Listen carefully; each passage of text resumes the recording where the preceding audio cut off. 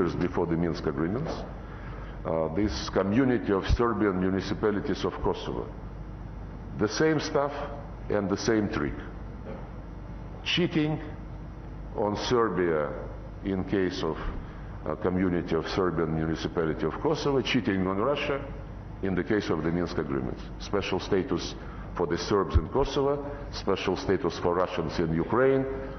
In both cases it was the European Union in the person of Germany and France, and also the High Representative regarding the Kosovo deal. And I am convinced that just like they admitted that they did not intend to implement the Minsk agreements, they never intended to implement the thing they promised to Serbs in Kosovo. But the war, I think I stop this here. military campaign, or whatever you call it, a war or enduring freedom operation, whatever name you may choose to call it, the bombing campaigns do not alter hearts and minds. They're the worst way to do it. In fact, they freeze people into positions, make further negotiations even more difficult. So where does this take us? Yeah. Tell me, when this conference started? What year? This is the eighth Raisina Dialogue we are having. 8th year. Eighth, so yeah. You started in 2014 or something? Yeah,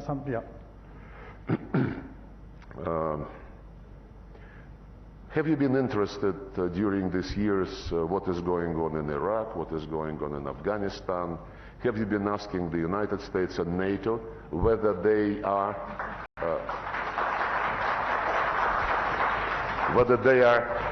certain of what they are doing? When they now Scholz, Baerbock, Macron and others say this is the first time when the OSCE Helsinki Final Act is being violated. They don't remember about 1999 when Serbia was bombed, when Joe Biden, being a senator at that time, he was bragging that 1 year before the bombing of Serbia, I promoted this approach, and I believe that we have to bomb them out into peace. When Iraq was ruined as a state, after Colin Powell showed a vial with some powder, and then a few years later Tony Blair said, yes, it was a mistake, what to do? No, but that is a lesson which needs to be learned. Wait a second.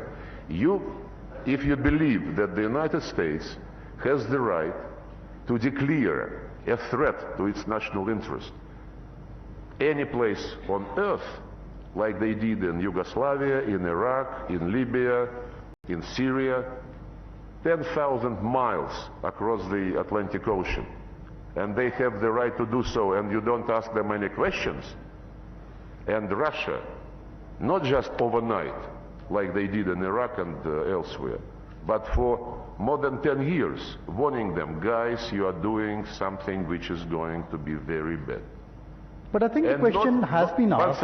One second. Not across the ocean, but just on our borders, on the territories where the Russians lived for centuries and centuries and centuries.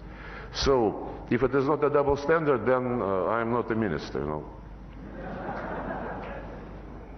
The question has been asked, and the experience in Iraq, Afghanistan, everywhere has been that it does not make sense to get into these long protracted wars to defend these kinds of interests. US did not succeed. Why do you think Russia will succeed? Well, you being the head of such distinguished audience, I fail to understand why you don't understand.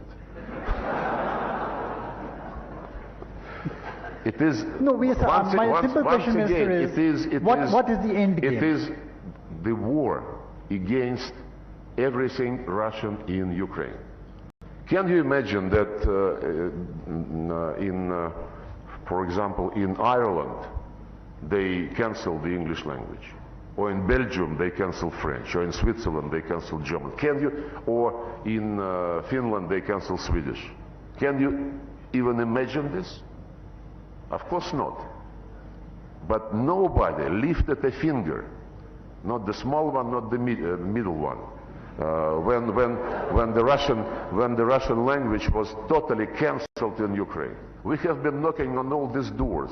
OSCE, Council of Europe, guys, why don't you say something? Why don't you tell them? The Russian Foreign Minister Sergey Lavrov speaking at the Raisina Dialogue, taking on the West and saying that Russia is only defending its security.